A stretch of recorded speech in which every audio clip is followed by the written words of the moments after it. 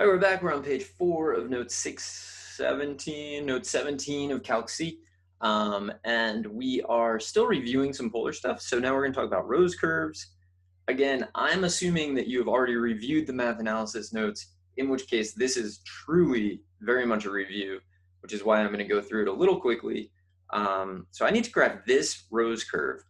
This is where we get into, it's so much easier to deal with the rectangular graph. So I'm actually just going to start off with a rectangular graph. And I'm going to go, so how many petals am I expecting? If this number, if the coefficient of theta is even, you expect twice as many petals. So I expect 4 petals. Each petal is going to take 2 increments, so I'm going to need 8 increments. So the period is pi, so I'm going to need 2 full periods because there's 4 increments per period. So I'm going to need 2 full periods. I need to go all the way to 2 pi. So pi, so I get 1 full period of this thing here, and then 1 period here. So it's sine. Now, should I have labeled more things? Definitely. The most relevant things are the zeros of the rectangular graphs. We need to know those. But if you make a good enough rectangular graph, you can usually read them off. So what do we got? This pi over 2, pi, 3 pi over 2. So r equals 0 gives me theta is 0, pi over 2, pi, 3 pi over 2. But if you think about them in polar, 0 and pi are going to be the same thing in polar. They're both the x-axis. Pi over 2, 3 pi over 2, the same thing. They're both the y-axis. So I know that when I graph this, so let's see, become a line, do it. They added like this feature that I am really bad at of making arrows. And so there you go. I don't know how you're even supposed to do it. Okay, that became an arrow, but not what I wanted. There we go. Okay, so what did I do differently? I don't know, you tell me. But you can make an arrow, and I think because you can now make arrows, it's like harder to make lines, and I'm not a big fan of that. But anyway, let me delete all of this. Okay, so here's our y-axis, and then here's our x-axis.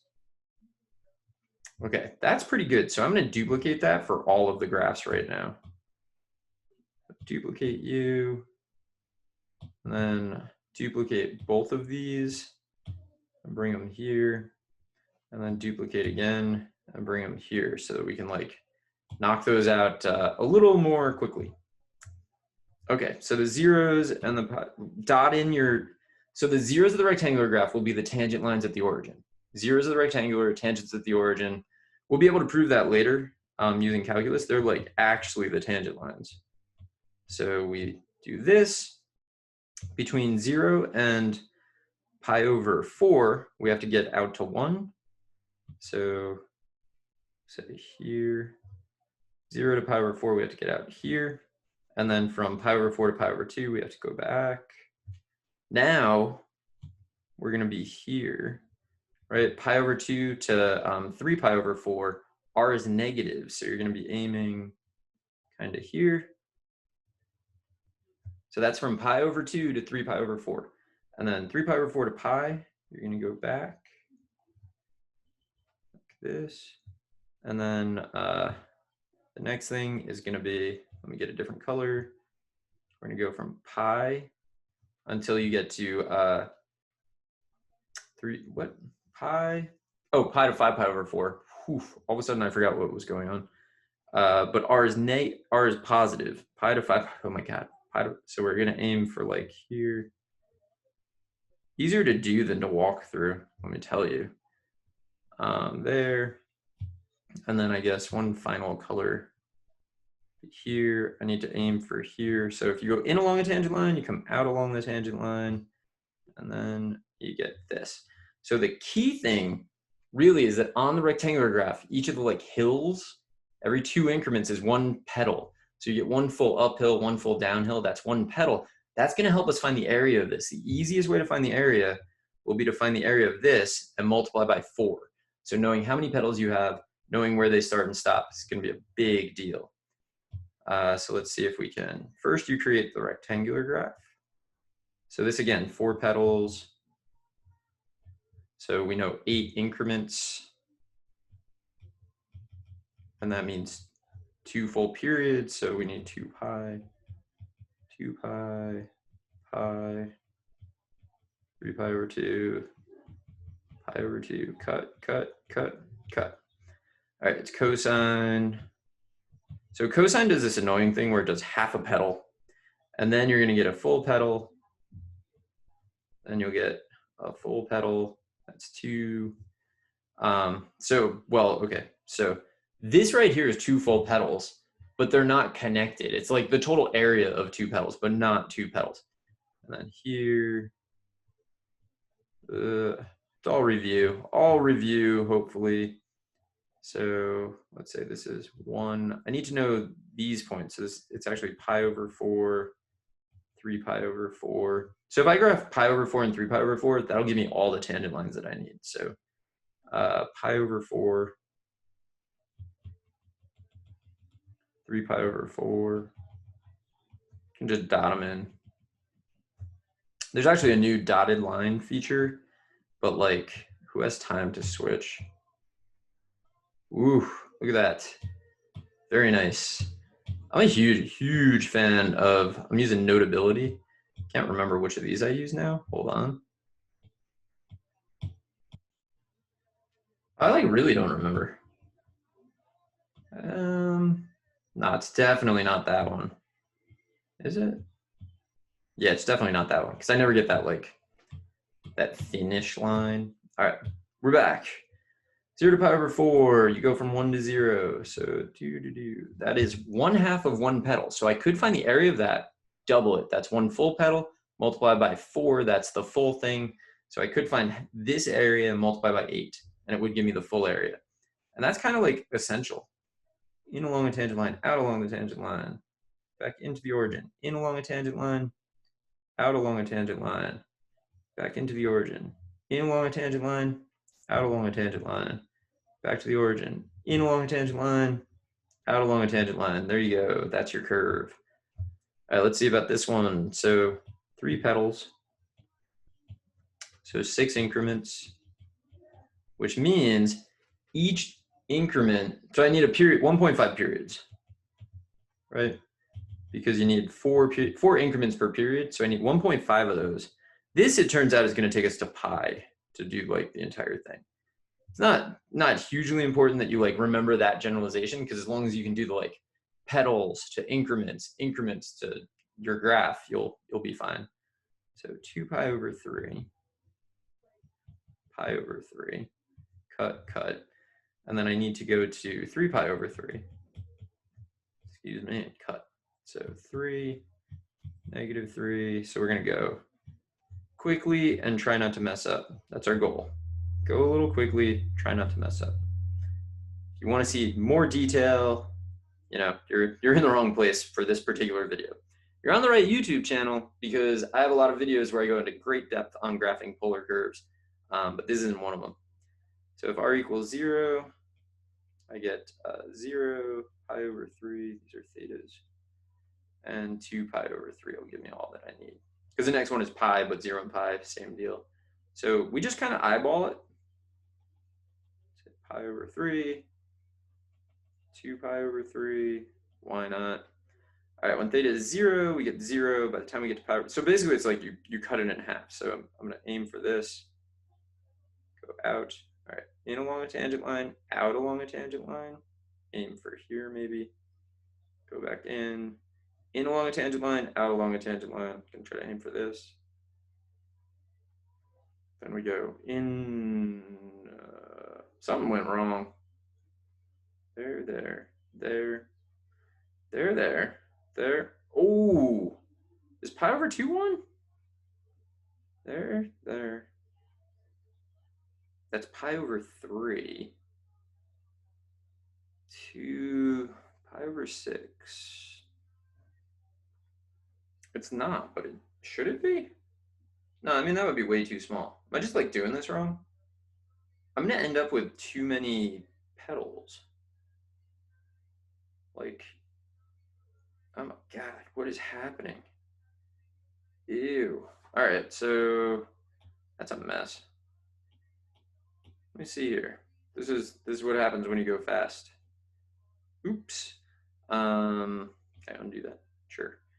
All right. So start at 0. When you get to pi over 6, you're going to be here. So it's this to this.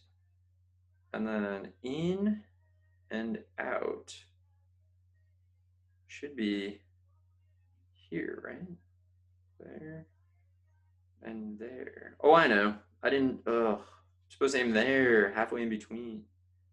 There and there. All right, I'm not gonna let that slow me down. I'm gonna keep going. 4 cosine of whatever. This has the feel of a video no one will ever watch, so I'm not really worried about the length and the errors. I'm sure I'll get like a million comments now about like, oh, I'm watching.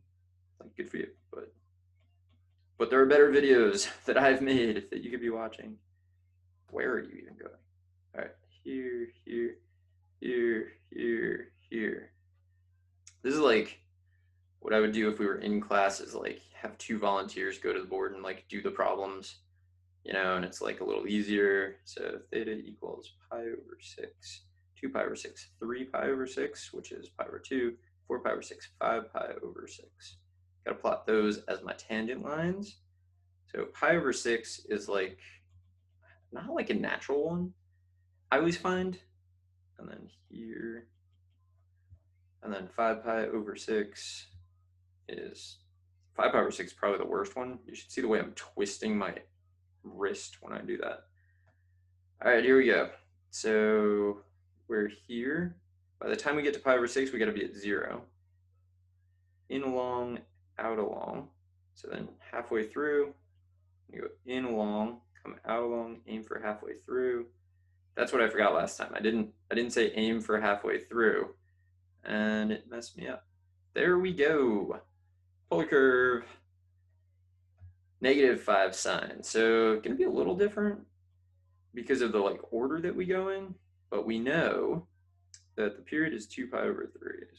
2 pi over 3, pi over 3, dump, dump, dump, and then 3 pi over 3. So negative sine. Order is going to be a little different. That's going to make it, but you can see it on the rectangular graph. So if you need the area, like you can just find one petal. So from pi over 3 to 2 pi over 3, fine. 0 to pi over 3 gives you one petal. It's just that r is negative the whole time, but that's actually not going to be an issue. So these are at pi over 3. It's like my, this is my redemption one. Let's not say that though, because when it doesn't go right. And then pi. That's what I didn't dot in pi and it screwed me over. All right, so initially, I'm rotating this way, but r is negative. So instead of being in the first quadrant, I'm in the third quadrant. So it's going to go like this. And then like this. And then like this. And there you go. Like a champ. And let's see if we can do this. Whew, long video, I think. I'm feeling like this is long. And I'm trying to go fast, so that's even worse. 5 over 3. 6. I'll try to remember to link to the better videos in the description. Like, why am I making a bad video? I don't know. Just trying to, I'm churning out the notes. We're gonna have every page of notes will be on video, I think. That's a little too ambitious. Almost every page. Some pages are just not worth it, to be honest. All right, so pi over 6. So it's pi over 6, 2 pi over 6, 3 pi over 6, 4 pi over 6, 5 pi over 6. So we're going with that. And so pi over 6, we dot in. Pi over 2, we're going to dot in. Don't skip dotting that in because that's where you get in trouble. And then 5 pi over 6, we'll dot. 5 pi over 6 is so hard to do. All right, when theta is 0, you are at -6, so you're here. And then you're rotating this way, but r is negative. So instead of drawing here, you draw here. So it'll go like this, in along a tangent line, out along a tangent line. This doesn't look scaled correctly at all, but I think it's probably just the scale. In along, out along. In along, out along. You know, I think it just looked wrong. This pedal is not great. I think that's the reason. Anyway, whew, that was a doozy. So key takeaways: when the rectangular graph is equal to 0, those are going to be your tangent lines on the polar graph. Follow the rectangular graph to tell you what to do on the polar graph, and also memorize a ton of stuff about polar because it makes your life so much easier. So I'll be back in the next one. I think it's the last like review page, and then we'll actually get into some calculus. So I will see you there, or you can watch some better videos on it probably, and then meet me on the next page. But anyway, maybe I'll see you there. Maybe I'll see you in the next one. See you soon.